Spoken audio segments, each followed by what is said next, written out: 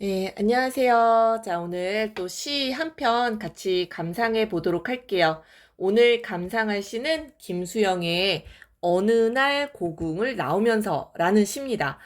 수트, 개념학습 마지막에 나와 있는 시인데, 친구들이 적용학습에 나와 있는 시들은 열심히 공부하면서 이 앞에 개념학습에 나와 있는 시는 좀, 이거 좀 그냥 별론데? 막 이러고 그냥 넘어가는 친구들이 있더라고요. 근데 너무너무 중요합니다. 자, 이 김수영 시인요. 수능에 네 번이나 출제가 된 이력이 있는 시인이에요. 굉장히 자주 출제된다라고 보실 수가 있겠고, 가장 최근에는 2017년에 그 출제가 됐었으니까 꽤 텀이 있습니다. 그죠? 나올 때가 됐어요. 그죠? 나올 때가 됐고, 이 왜 이렇게 김수영 시인의 시들이 많이 출제가 되고 있느냐, 왜 이렇게 빈도가 높으냐. 바로 이 김수영 시인의 시의 특징은요, 참여시라는 특징이 있습니다. 이 현실 참여의 그런 시들 있잖아요. 그렇기 때문에 이 그 시대 상황이 굉장히 잘 반영될 수밖에 없다라는 거죠. 우리 또 수능이 좋아하는 이 현대 작품들이 시대 상황을 굉장히 잘 반영한 작품들을 좋아하거든요.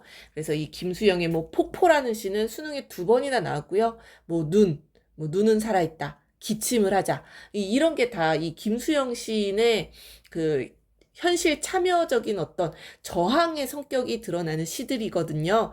그래서 김수영의 시 여러분들 눈여겨보셔야 되고요. 그 중에서도 이 어느 날 고궁을 나오면서 이번 수특에 실려 있고 사실 문학 교과서에 굉장히 많이 실려 있는 시예요. 여러분들 제목 들어보지 않았어요? 어느 날 고궁을 나오면서 아닌가요? 선생님은 문학 교과서에 여러 그 출판사별로 다르잖아요. 여러 교과서에 실려 있기 때문에 수업을 여러 번 했던 기억이 납니다. 수업할 때마다 친구들이 굉장히 또 좋아하는 시예요. 왜냐하면 이걸 또 좋아하더라고. 돼지 같은 주인년 막 이런 욕설이 나오기 때문에 이 부분을 딱 낭송할 때 친구들이 아주 좋아한다고 해야 되나? 아무튼 반응이 있습니다. 자, 이 어느 날 고궁을 나오면서라는 시는요. 뭐 이것까지는 여러분들 뭐 외울 필요는 없습니다만 그냥 배경 지식으로 알려드리자면은 이 65년에 쓰여진 시예요. 65년이라고 하면 여러분들 어떤 거 떠오르세요? 뭐 전혀 떠오르는 게 없을 수도 있죠. 없을 수도 있는데 이 65년이라고 하면 일단 박정희 정권이고요. 이 박정희 정권이 그 쿠데타로 만들어진 정권이잖아요. 그 쿠데타가 일어나기 이전에 우리 근현대사를 보시면은 또 우리 한국사 좋아하는 친구들은 다 아시겠지만 이 이승만이 3.15 부정선거가 있었잖아요. 이 3.15 부정선거를 이 규탄하면서 이 4.19 혁명이 있었단 말이에요. 4.19 민주혁명이 있었고, 이 민주화에 대한 어떤 바람, 이런 것들이 굉장히 사람들에게 기대감과 희망을 줬는데, 이 기대감과 희망을 아주 뭉갠, 아주 그 싸그리 뭉갠 그런 사건이 바로 이 박정희의 쿠데타, 5.16 쿠데타죠. 이 군부 쿠데타로 인해서 이런 기대감과 희망이 짓밟혀지면서 그거에 대한 뭔가 좌절감이라든가 이 나를 탓하는 성찰하는 그런 시들 우리 문학계에서 많이 쓰였다라고 보실 수가 있겠습니다. 그런 시대 상황을 여러분들 잘 염두에 보시면 좋을 것 같고요. 이 시는요, 크게 이렇게 두 가지가 대비되는 시거든요. 그래서 사실 본질적인 것, 화자가 이야기하고자 하는 게 무엇이냐, 이 본질적인 것과 비본질적인 것을 이렇게 나누어서 보기만 해도 시가 반 이상 해결이 됩니다. 그래서 본질적인 것과 비본질적인 것을 대비시켜 놨다라는 거 여러분들 꼭 기억을 해주셔야 되고요. 이 본질적인 것, 바로 이런 힘 있는 그 대상에게 뭔가 할 말을 해야 된다라는 거죠. 분개해야 될 땐 분개해야 되고. 그런데 비본질적인 것, 힘 없는 사람에게만 내가 뭔가 분개하고 그런 거에 대한 어떤 성찰이 드러나는 노래거든요. 뭐 강약 약강이라고 볼 수가 있는 거죠. 강약약강. 그지? 이 강약약강의 나의 이런 소시민성에 대한 반성을 노래한 시라고 보시면 됩니다. 자, 시의 제목을 보시면은 어느 날 고궁을 나오면서 라고 하면서 시적 상황이 딱 나와 있죠. 이 고궁을 나오면서 이런 생각이 들었다라는 겁니다. 그래서 뭐 어디를 나오면서 뭐 이런 제목을 딱 보시면은 뭔가 이런 상황을 통해서 화자가 어떤 깨달음, 성찰, 이런 걸 노래하고 있구나라는 것을 여러분들 머릿속에 딱 떠오르셨으면 좋을 것 같아요. 고궁이라는 거는 우리 옛 왕궁을 의미하는 거니까 여기 또 나옵니다. 왕궁이라는 시어가. 자, 첫 번째 연 같이 보도록 할게요. 어느 날 고궁을 나오면서 이 나는 어땠는지 보도록 하겠습니다. 왜 나는 조그만한 일에만 분개하는가? 자, 시적 화자 등장을 하죠. 자, 벌써 이 시에 대한 메시지, 관통하는 메시지가 나왔어요. 왜 나는 조그마한 일, 사소하고 비본질적인 그런 일에만 분개하는가라고 스스로에게 지금 자문하고 있죠. 스스로에게 질문을 던지면서 시가 시작이 되고 있습니다. 이 질문에는 뭐가 들어가 있는 거예요? 나는 왜 사소한 거에만 분개할까? 부끄러움과 이런 성찰의 태도가 벌써부터 전제로 깔려 있다라는 것을 여러분들, 그지? 이 시의 주된 정서니까 체크하면서 꼭 시작을 하셔야 되겠습니다. 나는 조그마한 일에만 분개하는 그런 인물인 것 같아요. 그러니까 이 화자는 미리 얘기할게요. 소시민이라고 보실 수가 있어요. 우리 대부분의 보통 사람들의 모습이라고 보실 수 있습니다. 그래서 저 왕궁 대신에 이 왕궁이 바로 이 고궁 이렇게 연결지어 볼 수가 있겠죠? 저 왕궁 대신에 왕궁의 음탕 대신에 자 음탕이란 말 나왔잖아. 자 음탕이란 말 긍정이야 부정이야? 음탕인데 이게 뭐 그죠? 웬만하진 않아. 웬만해서는 말이 안 나오네. 웬만해서는 부정적인 시어예요. 그죠? 왕궁에 음탕한 부분이 있나 봐요. 바로 부정적인 모습이 있다라는 거죠. 바로 60년대에 이런 권력자들, 이 왕궁에 있는 사람들이 뭐예요? 권력을 가진 이들이 있는 곳이 바로 왕궁이잖아요. 근데 이 권력의 공간이 굉장히 타락하고 부패하고 부당한 쿠데타로 이루어진 정권이잖아요. 그죠? 그런 곳이다라는 인식이 드러나는 부분입니다. 그런데 나라는 인물은 그런 왕궁의 음탕 대신에 50원짜리 갈비가 기름덩어리만 나왔다고 분개하는 소시민이에요. 이해되시죠? 자, 이 왕궁의 음탕, 바로 내가 분개해야 될 본질적인 대상이에요. 본질적인 것. 그죠? 좀 눈에 안 띄네요. 그냥 노란색으로 해야 되겠다. 본질적인 대상이에요. 그죠? 근데 이 본질적인 것에는 분개하지 않고요. 이 갈비에 기름덩어리만 나왔다고. 이게 이제 사소한 거. 비본질적인 것이죠. 선생님이 요렇게 색깔로 요렇게 대비되는 것을 체크를 미리 해놓은 겁니다. 이 본질적인 것과 비본질적인 것들 여러분들 구분해서 보세요. 대비되어 있어요. 그죠? 기름덩어리만 나왔다고 분개하고요. 옹졸하게 분개를 했어요. 옹졸하다. 아주 속이 좁은 게 이 옹졸하다란 뜻이잖아요. 자기 자신을 옹졸하다라고 했으니까 이 나에 대한 이런 성찰, 반성, 자조적인 태도 드러나죠. 자조. 스스로를 비웃는 거야.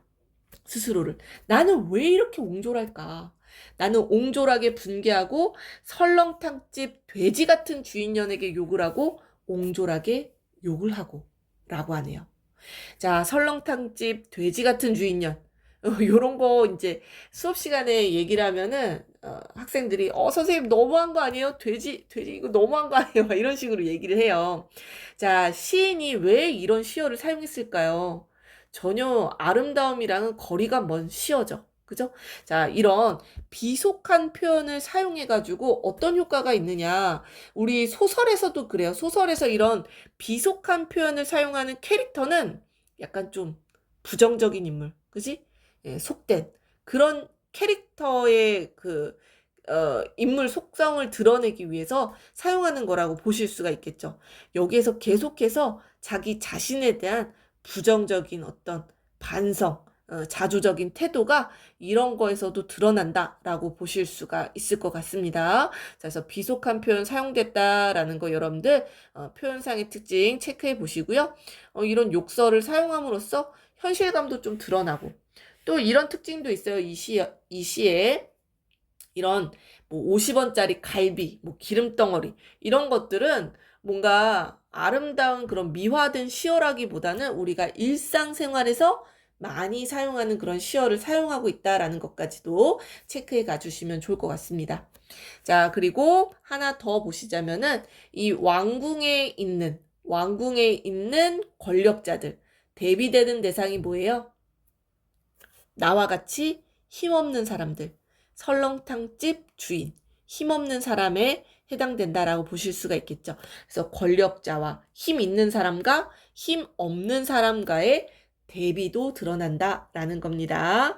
자, 두 번째 연으로 내려가 볼게요. 한번 정정당당하게 붙잡혀간 소설가를 위하여 언론의 자유를 요구하고 월남 파병에 반대하는 자유를 이행하지 못하고 이 부분이요. 사실은 시대 상황이 굉장히 잘 드러난 부분이에요. 그때 당시에요. 이렇게 붙잡혀간 소설가들 많았겠죠. 아이고. 자, 그런데 이런 붙잡혀간 소설가들을 위해서 내가 아무 말도 할 수가 없었어. 그치? 자, 한번 정정당당하게 이야기하지를 못했다라는 거예요. 왜? 나는 소시민이기 때문에. 자, 붙잡혀간 소설가도 있었고요. 언론의 자유를 요구하고, 그치? 언론이 굉장히 탄압받았겠죠. 월남파병. 시대 상황 너무 잘 드러나는 그 식구 아니에요? 이 월남파병 여러분들 아시나요? 이 월남이 베트남이에요, 베트남. 우리가 그때 60년대면은 6.25 전쟁 일어난 지 10년도 안 됐거든요. 그죠? 전쟁 휴전된 지 10년도 안 됐잖아. 그렇기 때문에 반공에 대한 그런 사상이 굉장히 사람들이 공산당 하면 너무너무 싫어했단 말이야. 그때 그러한 것을 이제 정치적으로 좀 이용을 하기 위해서 물론 뭐 미군의 어떤 원조도 받고 뭐 여러 가지 이해관계가 얽혀 있었겠죠. 그때 이제 박정희 정권에서 베트남에 우리 나라 젊은이들을 파병을 보냅니다. 가가지고 또 젊은 사람들이 많이 죽었거든요. 그 월남 파병에 반대하는 목소리도 당연히 있었겠죠. 그리고 60년대 시대 상황이 지금 드러나고 있는 부분입니다. 자유를 억압받았겠죠? 반대 의견? 묵살당한 그런 일들이 많았다라는 겁니다. 자, 그런데 이러한 상황에 내가 못했어. 뭔가를. 말을 못했다라는 얘기예요. 반대 의견을 내지 못했어요. 정정당당하지 못했다라는 얘기입니다.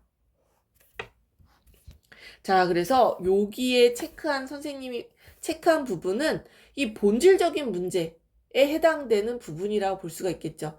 이런 본질적인 문제에 내가 정정당당하게 뭔가를 요구하지 못했다라는 거예요. 그러고는 뭐예요? 20원을 받으러 3번, 4번씩 찾아오는 야경꾼들만 증오했었다라는 겁니다. 이 야경꾼이라는 것도 사실은 시대 상황이 드러나는 건데, 각주가 굉장히 밑에 있네요.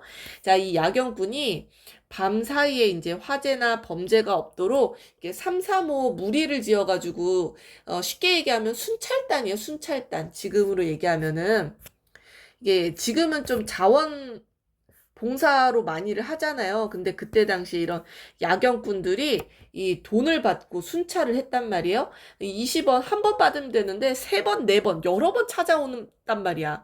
굉장히 귀찮죠. 그치? 뭔가 부당하게 느껴지잖아요. 그런 사람들에게만 내가 증오를 한다란 얘기예요. 자, 근데 이 야경꾼들이 3번, 4번 찾아오는 거는 이러한 문제와 비교해 봤을 때는 굉장히 사소한, 비본질적인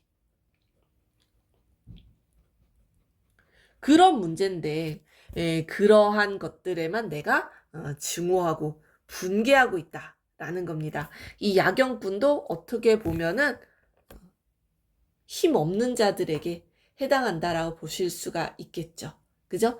자, 그래서 1, 2연 보시면은요, 이 뭔가 심각한 사회 문제, 어떤 권력의 부당함을 내가 비판한다거나, 그지? 이런 언론의 자유를 요구한다거나, 파병에 반대하는, 이런 거에는 내가 말을 하지 못해요. 침묵하면서 사소한 일에만 분개하는 굉장히 소시민적인 옹졸한 나의 모습을 그려내고 있습니다. 이해되셨죠? 자, 세 번째 연으로 가볼게요. 자, 그러면서 이 나의 옹졸한 소시민성은요, 전통이 유구하다라고 했어요. 유구하다라는 표현 들어보셨나요? 아주 오래되었다라는 얘기입니다. 아주 오래되었고요. 내 앞에 정서로 가로 놓여 있다라고 했어요. 이 정서로 가로 놓여 있다라는 건 좀 시적인 표현이죠. 가로 놓여 있다? 내 마음속에 자리 잡혔다라는 얘기입니다. 자, 선생님이 이렇게 해석을 해봤는데요. 이런 소시민성이 오랫동안 지속이 돼서 완전히 관성이 된 거예요. 나의 어떤 습관처럼 되어 있다라는 겁니다. 그래서 이를테면 이런 일이 있었다라고 하면서 일화를 제시하고 있어요. 자, 과거를 회상합니다. 과거를 지금 회상하고 있는 부분. 자, 그러니까 이런 것도 우리 표현상의 특징에서 나올 수가 있겠죠? 과거를 회상하고 있다? 또는 역순행적.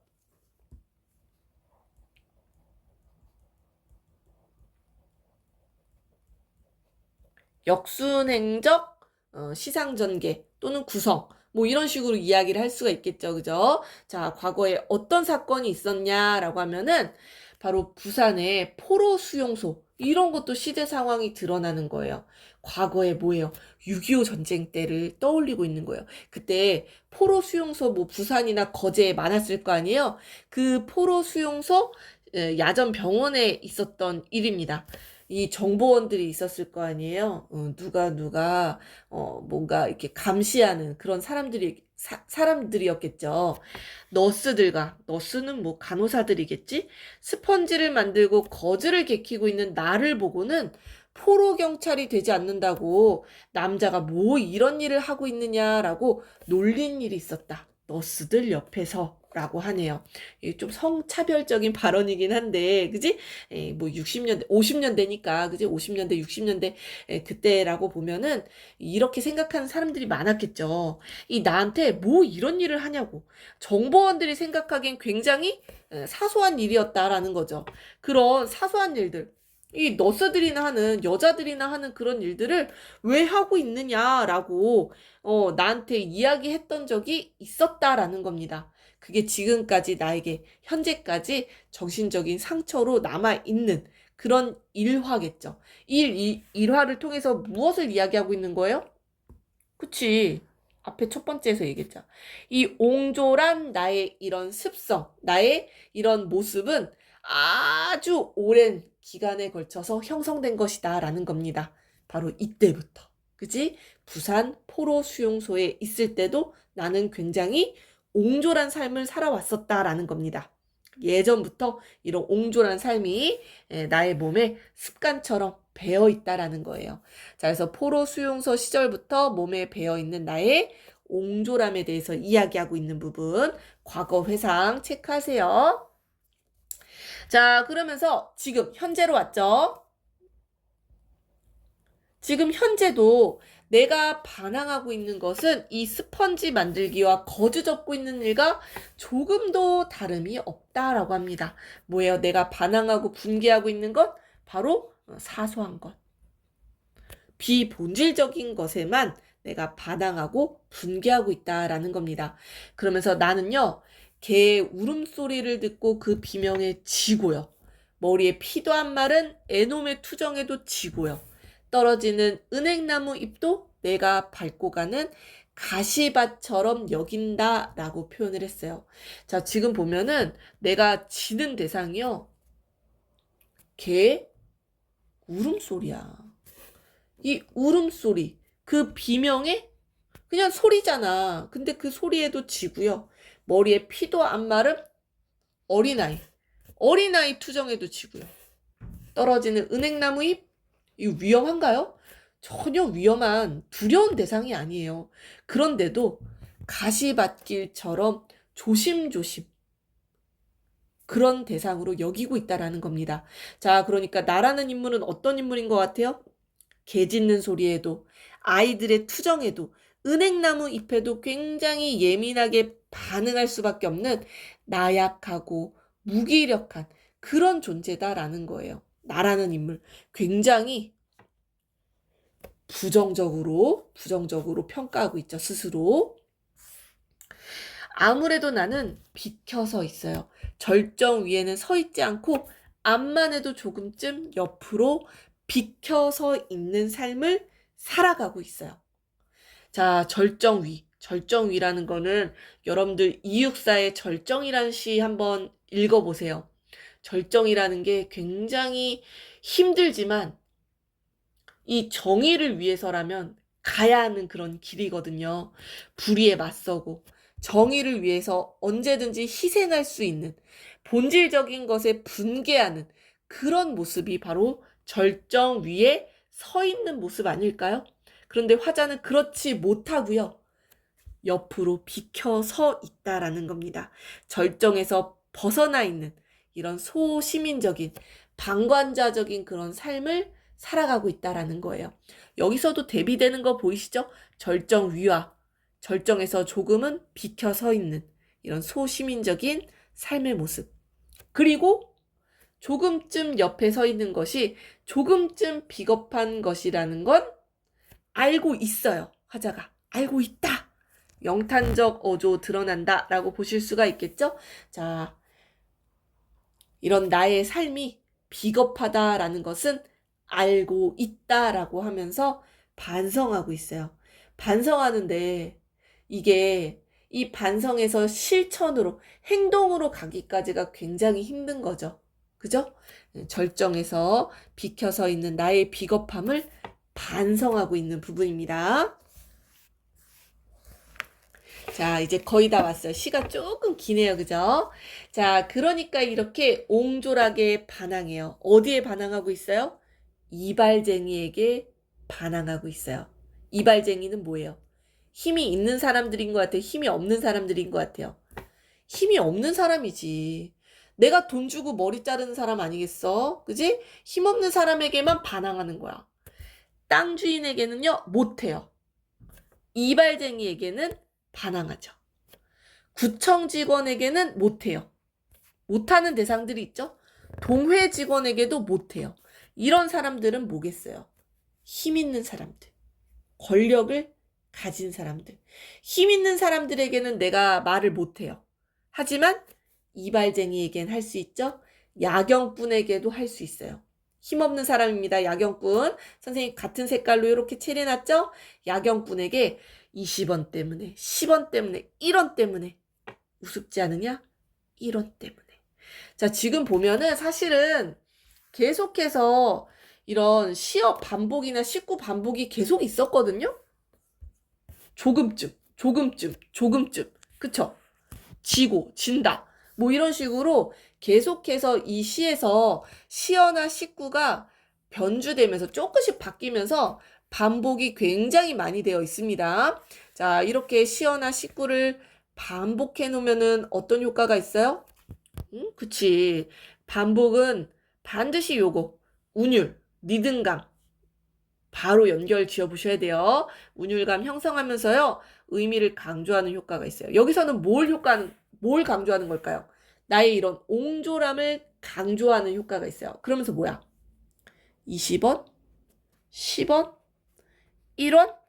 점점 가격이 저렴해지는 거 보이시나요? 이거 사실 표현상의 특징 체크하자면은 우리가 점점 커지는 건 점층이라고 하죠. 점점 줄어드는 거는 점강법이라고 합니다. 점강법을 왜 사용했냐면요. 마지막 연이랑도 연결되어 있어요. 왜? 나의 이런 작은 모습, 옹졸한 모습, 아주 사소한 거에만 연연해하는 모습, 그런 모습을 강조하기 위해서 이런 점강법, 이런 반복 사용되고 있다. 이렇게 보실 수가 있어요. 그러면서 우습지 않으냐? 1원 때문에 야경꾼에게 옹졸하게 반항하는 것이. 자, 이 시의 중요한 화자의 시적 화자의 태도입니다. 우습지 않으냐, 스스로를 비웃고 있죠. 자조적인 태도 체크해 보시면 되겠고요. 이런 자조적인 태도가 마지막 연에 너무 잘 드러나요. 모래야, 나는 얼만큼 적으냐? 바람아, 먼지야, 풀아, 나는 얼만큼 적으냐? 얼만큼 적으냐? 자, 지금 계속 반복되고 있는 거 보이시죠? 얼만큼 적으냐, 적으냐, 적으냐. 나는 정말 작은 존재, 미미한 존재. 이런 소시민적인 삶의 태도에 대한 자조적인 독백이 반복되어 있네요. 그죠? 반복되어 있어요. 반복되어 있고요. 이런 나의 소시민적인 삶의 모습을 또 강조하기 위해서 비교 대상을 갖다 놨잖아요. 모래, 아주 작은 존재죠? 바람, 눈에 안 보여요. 먼지, 그죠? 풀이란 아주 흔한 존재 아니겠어요? 그죠? 그래서 이런 모래, 바람, 먼지, 풀, 이런 자연물들, 뭐겠어요? 나의 이런 작은 모습, 왜소한 모습을 강조하기 위한 소재의 자연물이라고 보실 수가 있겠습니다. 이런 미미한 자연물들과 비교를 통해서 나의 왜소함을 강조하고 있다. 이렇게 봐주시면 좋을 것 같고요. 표현상의 특징 조금만 더 체크를 해보자면요. 모래야, 바람아, 먼지야, 풀아, 여기까지 풀아. 말을 건네는 방식을 사용하고 있어요. 하지만 잘 보시면은 이 말을 모래나 바람이나 먼지나 풀에게 진짜 건네고 싶어서 건네는 게 아니거든요. 나에게 하는, 스스로에게 하는 자조적인 어떤 독백이요, 독백. 그래서 말을 건네는 어조가 드러난다. 말을 건네는 방식을 사용했다. 여기까지는 괜찮고요. 전체적으로 봤을 때는 자조적인 독백을 통해서 자신의 옹졸함을 반성하고 있다. 자조적인 태도가 드러난다. 이렇게 봐주시면 될 것 같고요. 하나 더 눈에 띄는 게 있어서 체크하자면요. 요런 거 여러분들 잘 아시죠? 그죠? 말줄임표. 말줄임표를 마지막에 사용하면서